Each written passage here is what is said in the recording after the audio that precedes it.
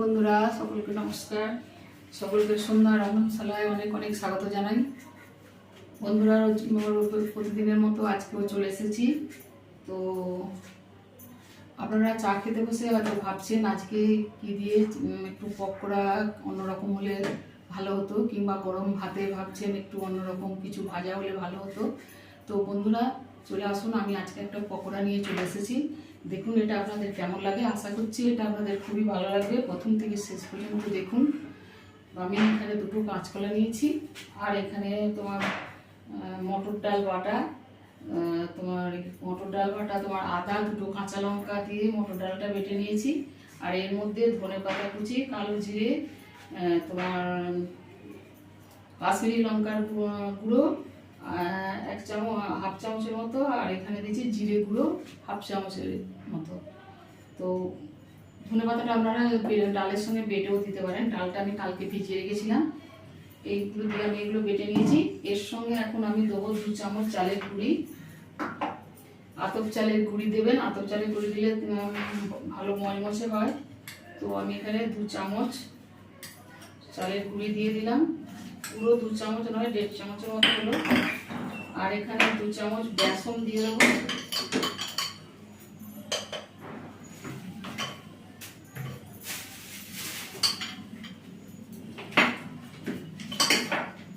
চামচ বেসন দিয়ে এটা একটা ঘন ঘন ব্যাটার তৈরি করে নেব। লবণ দেবো, লাস্টে লবণ দেবো, আর একটু বেকিং সোডা দেবো অল্প 1 চিমটে।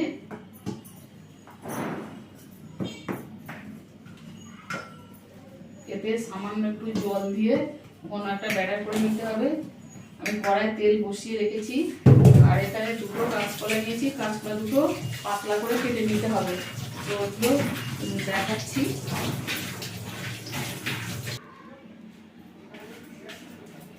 বন্ধুরা এই যে কলাটা আমি এইভাবে কেটে নিচ্ছি। ওখানে বাটি, ওখানে তোমার বাটি। তাতে কি অসুবিধা কোথায়? অনেক অসুবিধা। হ্যাঁ, সব অসুবিধা। তো এই যে কলাটা আমি এইভাবে কেটে দিচ্ছি। প্রথমে এই যে অল্প খোলাটা ছাড়িয়ে নিয়েছি, তারপর খোলা রেখে কাটছি ব্যবস্থা করে, যাতে না আওয়াজ হয়। সেই হচ্ছে ভিডিও অন করা।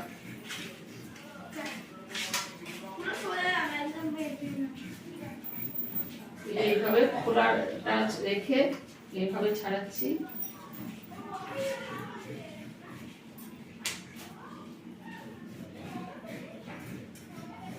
এরকম ভাবে এইভাবে কেটে নিচ্ছি।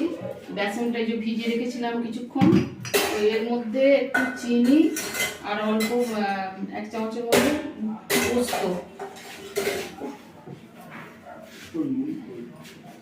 একদম মাছগুলো না, এখান থেকে মুড়ি আর সেখানে দিয়ে বাটি। এখানে তো 1 চামচ পোস্ত আর হাফ চামচ মতো চিনি, আর অল্প 1 চিমটে খাবার সোডা দিতেও পারেন, নাও পারেন। চালের গুঁড়ো দেওয়া আছে, একটু মচমচে হয়ে যাবে। এটা দিলে একটু ভালো ফুলবে। আর এতে একটু লবণ দিয়ে দেবো, স্বাদ মতো লবণ দিচ্ছি। একটু হালকা লবণ দিলেও চলবে। লাস্টে একটু গোলমরিচের গুঁড়ো আর বিন নুন ছড়িয়ে খেলে ভালো লাগে।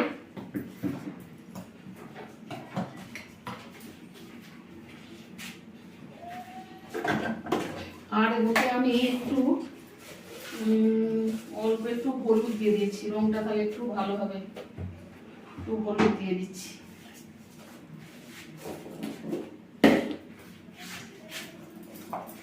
ভালো করে মিশিয়ে নিচ্ছি। কড়াতে সাদা তেল বসিয়ে দিয়েছি, তেলটা গরম হচ্ছে। ভালো করে মিশিয়ে নিয়ে এবার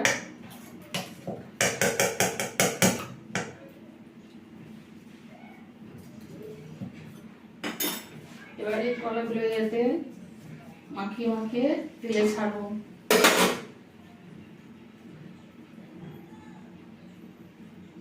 কোনোটা এইভাবে ব্যাটারটা একটু এরকম ঘন ঘন ভাবে করেছি।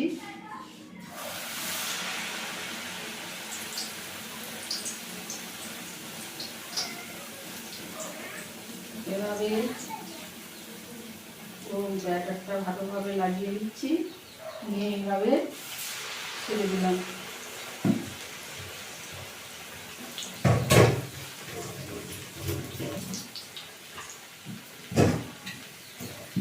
এইভাবে সবগুলো ভেজে নিয়ে তারপরে আবার দেখাচ্ছি। পকোড়াগুলো সব আমার ভাজা হয়ে গেছে, আর 2 পিস আছে। তো কীভাবে ভাজলাম সেগুলো আর একবার দেখিয়ে দিচ্ছি। এই একটা কলা নিলাম, এর মধ্যে এই ব্যাটারটা, এই এরকম ব্যাটারটা একটু ঘন ঘন ঘন আছে, এর মধ্যে এইভাবে মাখিয়ে দিচ্ছি 2 পিঠ। এই যে 2 পিঠ ভালো করে মাখিয়ে দিয়ে ছেড়ে দিলাম। আর একটা দেখাচ্ছি, এরকম ব্যাটারটা নিয়ে এর উপরে হাত দিয়ে একটু মাখিয়ে দিচ্ছি, এটা উল্টে আবার এইভাবে মাখিয়ে দিয়ে এইভাবে ছেড়ে দিলাম। সবগুলো আমার হয়ে গেছে। এই 2টো টুকরো আছে, এগুলো টুকরো ওর সঙ্গে দিয়ে দেবো, আর ফেলবো না, এগুলো দিয়ে দেবো।